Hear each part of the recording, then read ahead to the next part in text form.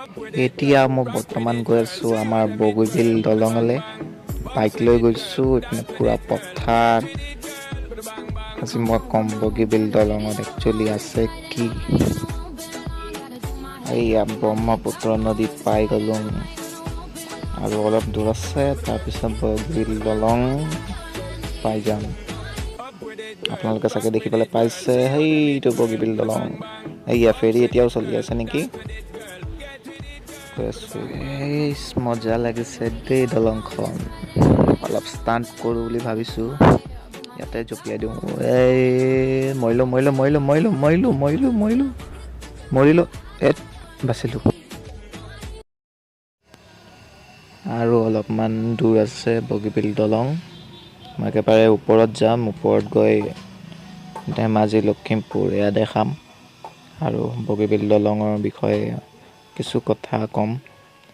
তো ইয়াৰ পৰাই জঁপিয়াই দিওঁ ওপৰলৈকে। এয়া পাই গ'লোঁ। ডিব্ৰুগড়ৰ পৰা বাইক লৈ আহিছোঁ, প্ৰায় 25 কিলোমিটাৰ আমাৰ এই বগীবিল দলং। আৰু এইপিনে দেখাম, সেইপিনে আছে ধেমাজি লখিমপুৰৰ মানুহবিলাক। এইপিনে এতিয়া অহা যোৱা কৰিব আৰু সহজে। আগতে ফেৰীত আহিছিলে, ফেৰী ইয়াতে নাই। মই এইপিনে ধেমাজি দেখাম, আগত ধেমাজি আৰু এইপিনে লখিমপুৰ। এইখিনিতে মোৰ গান এটা মনত পৰিছে আৰু গানটো হৈছে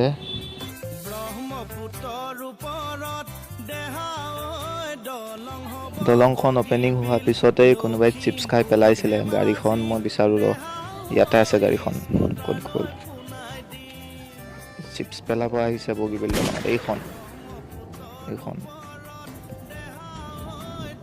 এইখিনিতে এটা কথা কওঁ, ইণ্ডিয়াৰ ভিতৰত 5 নম্বৰ স্থানত আছে আমাৰ অসমৰে এই বগীবিল দলং।